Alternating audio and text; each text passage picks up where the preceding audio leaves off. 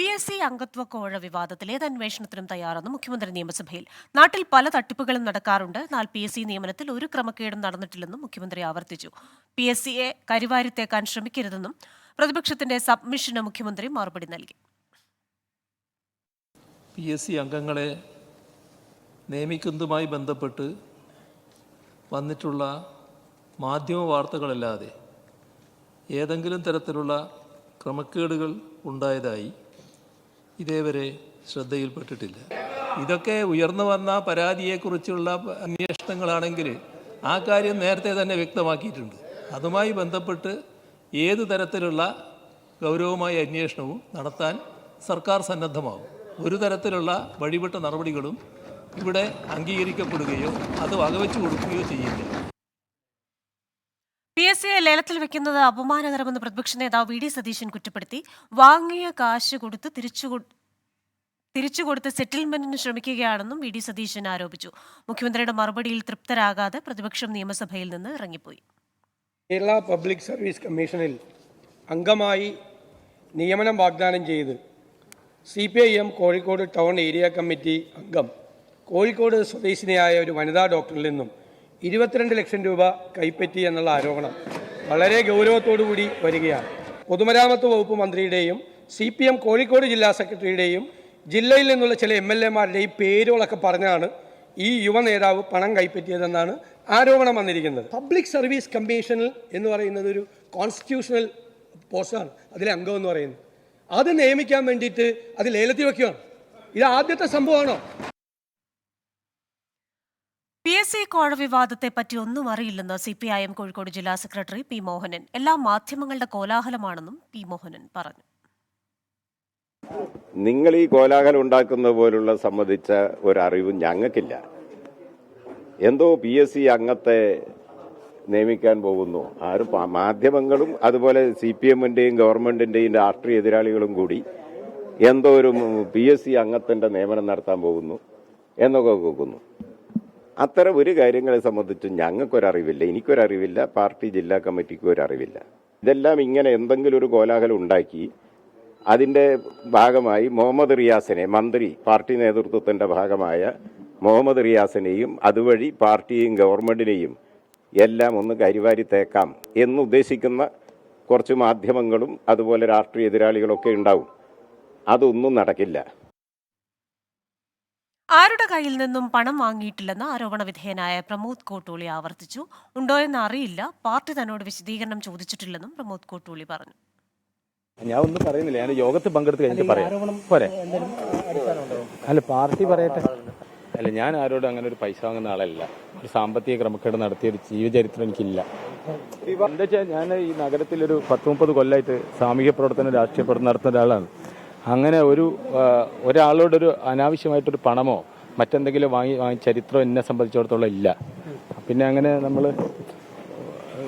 മനുഷ്യന്മാരല്ലേ, അല്ലാതെ എനിക്കറിയില്ല എന്താ സംഭവം എന്നുള്ളത്.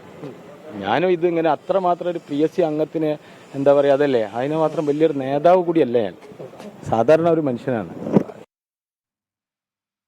വിശദാംശങ്ങളുമായി ഷഫീദ് റാവുത്തർ തിരുവനന്തപുരത്ത് നിന്നുണ്ട്. ഷഫീദെ, കഴിഞ്ഞ ദിവസം വരുന്ന ഒരു ആരോപണം അത് വിവാദമാകുന്നു. അത് പ്രതിപക്ഷം രാഷ്ട്രീയ ആയുധമായി സഭയിൽ ഉന്നയിക്കുന്നു. മുഖ്യമന്ത്രി അതിന് മറുപടി പറയുന്നു. ഏത് നിയമ നടപടിയും നേരിടാൻ തയ്യാറാണ് എന്ന് പറയുന്നു. മുഖ്യമന്ത്രിയുടെ ഈ മറുപടിയോടുകൂടെ പ്രതിപക്ഷം ഈ വിഷയം വിടാൻ തയ്യാറാകുമോ? കൂടുതൽ വിവരങ്ങൾ എന്തൊക്കെയാണ്? തുടർച്ചയായി രണ്ടാം ദിവസവും PSC കോഴ ആരോപണം നിയമസഭയിൽ പ്രതിപക്ഷം ഉയർത്തി എന്നുള്ളതാണ് ഏറ്റവും പ്രധാനപ്പെട്ട കാര്യം. ഇന്ന് സബ്മിഷനായിട്ടാണ് പ്രതിപക്ഷം ഈ വിഷയം സഭയിൽ കൊണ്ടുവന്നത്. അതായത് PSC അംഗത്വം അത് ലേലത്തിന് വെച്ചിരിക്കുകയാണെന്നും ആർക്കും കിട്ടുന്ന അവസ്ഥയാണെന്നും പണം കൊടുത്ത് അത് വാങ്ങാൻ കഴിയുമെന്നും ഇത്രയും പണം കൊടുത്ത് കയറി നാളെ നടത്തുന്ന ഇന്റർവ്യൂ എങ്ങനെ സുതാര്യമാകുമെന്നും PSCയെ സംശയനിഴലാക്കി സർക്കാർ എന്നടക്കമുള്ള കുറ്റപ്പെടുത്തലാണ് ഇന്ന് പ്രതിപക്ഷം പ്രധാനമായും ഉന്നയിച്ചത്. ആരോപണങ്ങൾ പൂർണ്ണമായി നിഷേധിച്ചായിരുന്നു. എന്നാൽ മുഖ്യമന്ത്രിയുടെ മറുപടി PSC അംഗങ്ങളുടെയും ചെയർമാന്റെയും നിയമനം സുതാര്യമാണെന്നും ഓരോ കാലത്തും അംഗങ്ങളുടെ എണ്ണം ഉയർത്തിയത് UDF സർക്കാരുകളാണെന്നും മുഖ്യമന്ത്രി വിമർശിച്ചു. പിന്നാലെ ഈ മുഖ്യമന്ത്രി പറഞ്ഞ ഏറ്റവും പ്രധാനപ്പെട്ട കാര്യം, ഇന്ന് നിയമസഭയിൽ സബ്മിഷനായി വിഷയം ഉന്നയിക്കുന്നതിനാൽ അതിനൊരു പിൻബലം എന്ന രീതിയിൽ മാത്രമാണ് ഇന്ന് രാവിലെ പുലർച്ചെ കോഴിക്കോട് സിറ്റി പോലീസ് കമ്മീഷണർക്ക് ഇതുമായി ബന്ധപ്പെട്ട് യൂത്ത് കോൺഗ്രസിന്റെ പരാതി ലഭിക്കുന്നത്. അല്ലാതെ മറ്റു പരാതികൾ ലഭിച്ചിട്ടില്ല എന്ന് മുഖ്യമന്ത്രി നിയമസഭയിൽ പറഞ്ഞു. യൂത്ത് കോൺഗ്രസ് നേതാവിന്റെ പരാതിയെപ്പറ്റി തനിക്ക് അറിയില്ലെന്നായിരുന്നു പ്രതിപക്ഷ നേതാവിന്റെ പ്രതികരണം.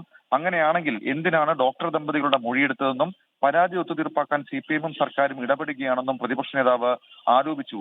അതിന് പിന്നാലെ ഏത് തരത്തിലുള്ള അന്വേഷണത്തിനും തയ്യാറാണെന്നും കോൺഗ്രസ് രീതിയല്ല സർക്കാരിനുള്ളതെന്നും കുറ്റപ്പെടുത്തിയ മുഖ്യമന്ത്രി കുറ്റപ്പെടുത്തിയ അതിനുശേഷം അന്വേഷണം ഏത് രീതിയിൽ വേണമെങ്കിലും ഉണ്ടാകുമെന്ന് മുഖ്യമന്ത്രി ഉറപ്പും നൽകി. മുഖ്യമന്ത്രിയുടെ മറുപടി അംഗീകരിക്കാതെ പ്രതിപക്ഷം സഭ വിട്ടിറങ്ങി. ക്രിസ്റ്റീന. ഷഫീദ് റാവുത്തറാണ് വാർത്തയുടെ വിശദാംശങ്ങളുമായി തിരുവനന്തപുരത്ത് നിന്ന് ചേർന്നത്. ഇനി മിഥില ബാലൻ കൂടി ചേരുന്നുണ്ട് കോഴിക്കോട് നിന്ന്. മിഥില, ഈ വിഷയത്തിൽ ഒന്നും അറിയില്ലെന്നാണല്ലോ കോഴിക്കോട് ജില്ലാ സെക്രട്ടറി CPIM ജില്ലാ സെക്രട്ടറി പറയുന്നത്. മാത്രവുമല്ല, ഇതൊക്കെ മാധ്യമങ്ങളുടെ ഒരു കോലാഹലം മാത്രമാണെന്ന ഒരു ആരോപണവും കൂടി അദ്ദേഹം ഉന്നയിക്കുന്നുണ്ടല്ലോ.